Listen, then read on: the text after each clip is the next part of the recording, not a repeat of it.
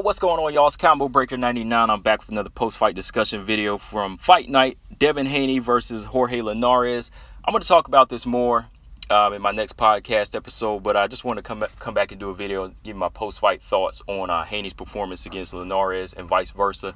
A couple of different points I want to cover. Of course, I want to talk a little bit about the fight and what I've seen, but I just also want to talk about how everybody's a critic when it comes to somebody like a young, growing fighter like Devin Haney. You know, I definitely got to talk about that. But first off, I have to say, look, I enjoyed this fight. It was a good level for Devin Haney. This wasn't really like a fight we were asking for. You know, I would have liked to see Haney versus Garcia, Haney versus, Tank, Lopez, any of those fights. But this is something that I do feel like Devin Haney needed. You know, just like Ryan Garcia needed a Luke Campbell and needs to continue to step his game up and graduate each level. This was a fight that Haney needed. It was much needed after the end result.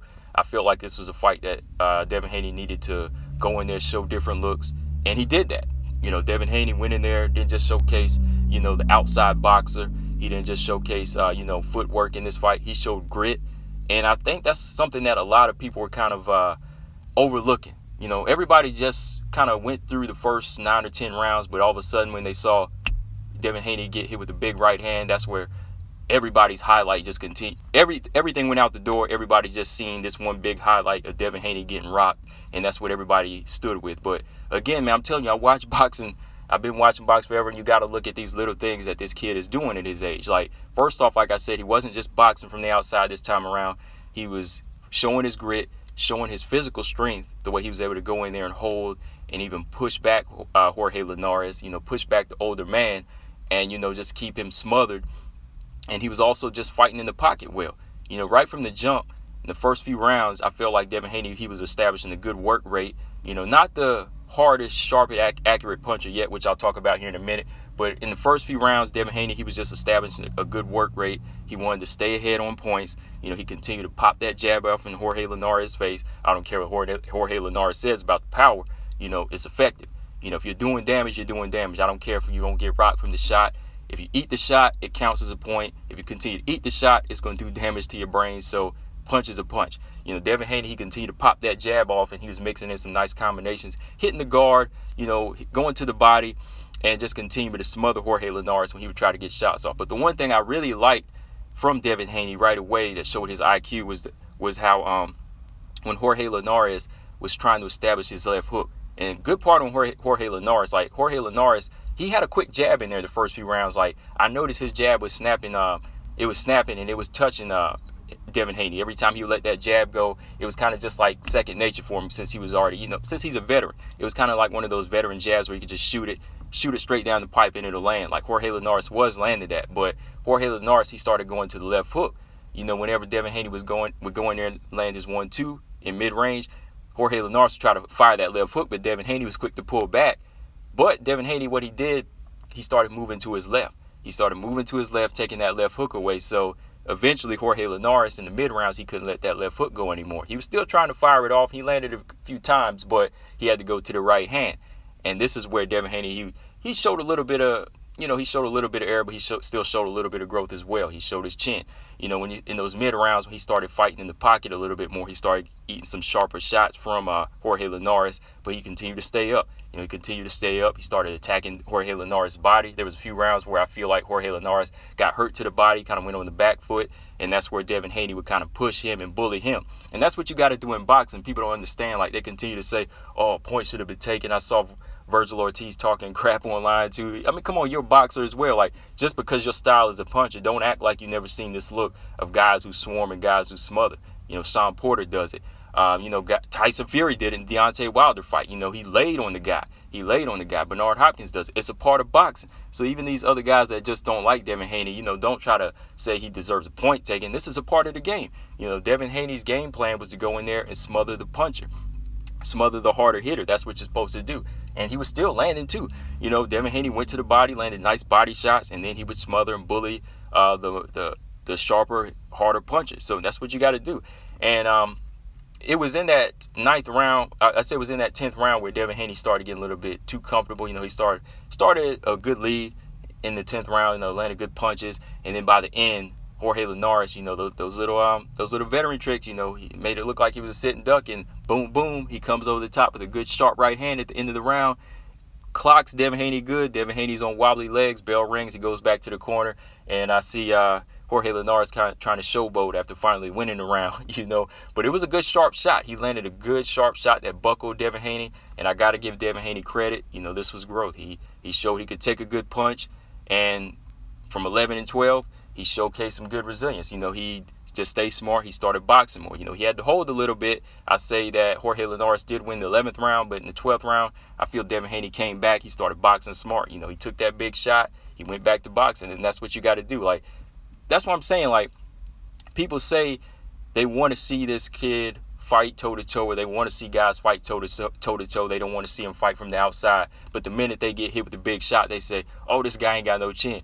Oh, this guy, he's going to get knocked out by Teofimo Lopez. Oh, Tank's going to knock him out. So people just can't really admit how they feel. If you don't like the guy, just say it. You know what I mean? Because if you're not going to be fair and just use the same logic on your favorite fighter versus a fighter you don't like, then just be quiet about it. Because I'm calling it the same way. Devin Haney showcased the chin. I wanted to see him fight toe-to-toe. I wanted to see him showcase a different look, and he did that. He got hit with a big shot, but that's the risk that you take when you fight on the inside or in the pocket. That's why I say if you're going to fight in the mid-range or in the pocket or smother a guy, you got to have a good chin. You got to have slick defense. You got to have speed. You know what I mean? You got to have a good work rate. And Devin Haney, he showed all that. Now, again, that's one of the risks of fighting in the pocket. You're going to get clocked. James Toney, he's gotten clocked in the pocket before, but he continues to fight. He continues to stay strong. That's what Devin Haney did, in my opinion. So overall, it was a good, solid level for Devin Haney to graduate to. I probably say it was 10 rounds to 2 in my opinion, maybe 9 rounds to 3. I probably gave Jorge Linares maybe like 1 round the first half. Maybe, I can't remember which one it was. I couldn't give him 10 because I felt like Devin Haney did enough boxing. He landed enough punches to win round 10. It was just that big shot, that big scare in the 10th round that built Jorge Linares' momentum. And then I did give Jorge Linares round 11 because, going back to round 11, he started landing some good sharp shots, and he hurt Devin Haney again. Another good right hand, and then he landed a good right hand left hook combination too as well. So he did put some good punches together in this round, and he showcased good resilience in there. But Devin Haney showed the IQ, showed the grit, showed the inside fighter, showed his physical strength that's growing in him, and that's what we wanted to see. A la Andre Ward. We kind of want to go on the inside and nullify the puncher, if you will. So man. Overall, my final thoughts. I can't say that Devin Haney's going to get knocked out by these other guys. Styles make fights. We never know what's going to happen. Devin Haney's approach in this fight will not be the same as it is in the Tank fight or Teofimo Lopez fight. You got to understand that. You can work different styles if you feel like, hey, this guy doesn't have the pop. Devin Haney stayed in the pocket for the majority of the fight, for pretty much the whole fight. So he knew that I can fight this type of guy with this type of power punch maybe after the 3rd or 4th round. When he tested his power, he was like, okay, I can stay here. So eventually you will get clipped. If you're not careful, you will get clipped. But overall, for the first 9, 10 rounds, he did take that punching power. You know what I mean? Because he knew he could. But going into a Teofimo Lopez fight or the Tank fight, if you look at their knockout ratios, hell no, you're not going to fight that guy in the pocket. If you have boxing skill as well, what are you going to do? You're going to box that guy. So there's different looks to fight. So you can't base that off of what's going to happen in the Teofimo Lopez fight or a Tank fight. Then you got Ryan Garcia saying, I'll knock him out. Ryan, you're not even fighting right now. Let's be real. Let's not even talk. You're not even fighting right now. You backed out of Javier Fortuna fight, trying to give you credit for that. You said you had things going on, but now you're coming back against a lesser opponent in Rolly Romero. So you can't really say that you're prepared to knock out a Devin Haney, who's a much better boxer, much better inside fighter. And I'm not even going to go into that because, we know Devin Haney's a better fighter than Ryan Garcia. But the other guys like Teofimo Lopez, of course, I know that he is a level above Devin Haney right now, with the Lomachenko win. And just because of what he brings to the table, but I'm not going to say Devin Haney's that far behind. I can still see Devin Haney beating him. I can still see Devin Haney beating Lopez. But we need to see some different looks and different things to work on. I'd like to see Devin Haney develop more precision punching.